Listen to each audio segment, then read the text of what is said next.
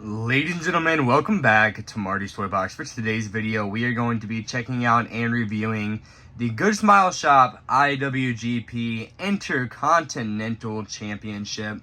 If you're wondering how much this costed, it was right around $1,800, $1,900, somewhere in that price point area. Took about 6 months since the pre-order date to get it, and it's finally here though. Where's it going in my collection? I have no clue. But one thing that is annoying is this belt was crafted off of a bootleg. So, it is not the most accurate thing ever. And I gotta say, I've seen the GoodSmileShop World title, the IWGP version 4. I've seen that replica, and that thing is beautiful. And just comparing that to this, it's pretty disappointing, I gotta say. But nonetheless, I mean, it's a pricey belt. It's the most expensive belt in my collection. It's, I want to say, if you would call it the first real belt that I have in my collection. Next to the fondue, this is number 1 now. Is it my favorite in my collection? I wouldn't say it is. Just because I am honestly not a fan, which is really disappointing after you spend $1,800 or $1,900 on a belt for you not really to like it.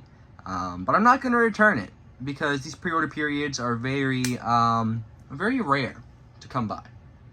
So anyways, let's take a look at the main plate. So right in the middle, you have IWGP, of course.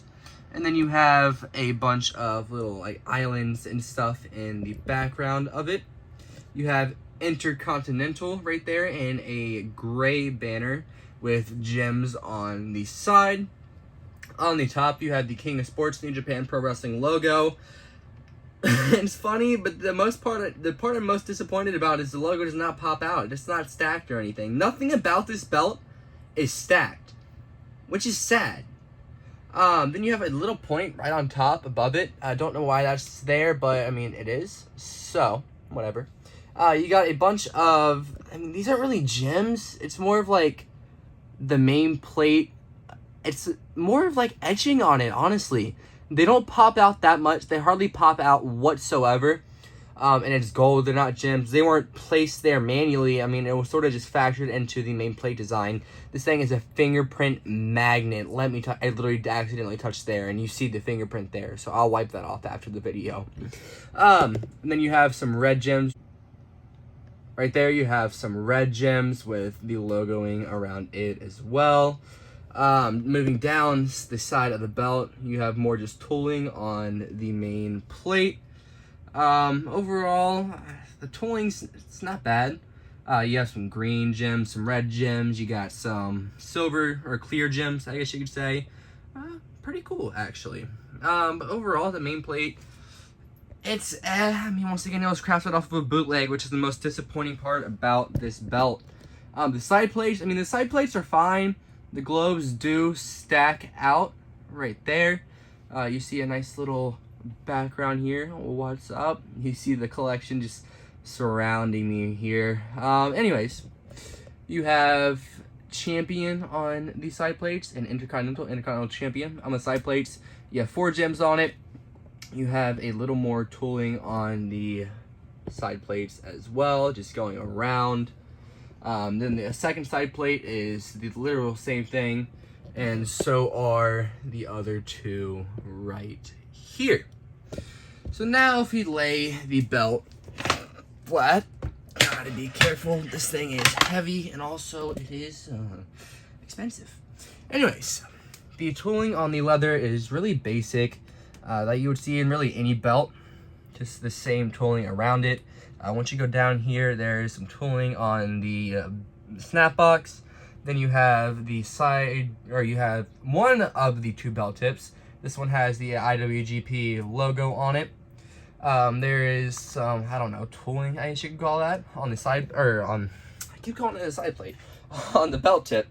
And then on this side, same tooling, and then you have just a clear, empty belt tip right there.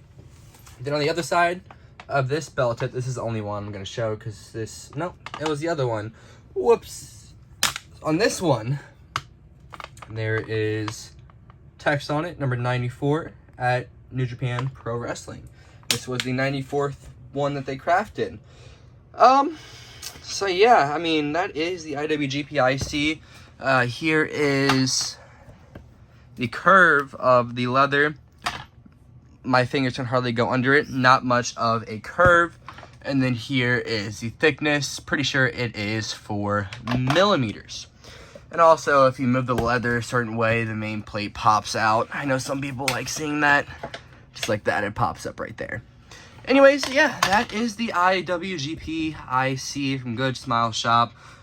What do you guys think? Was this worth $1,900? Do you have this belt? If so, did you get it and hate it? Did you get it and like it? Did you get it and return it? What'd you do if you got this belt? And yeah.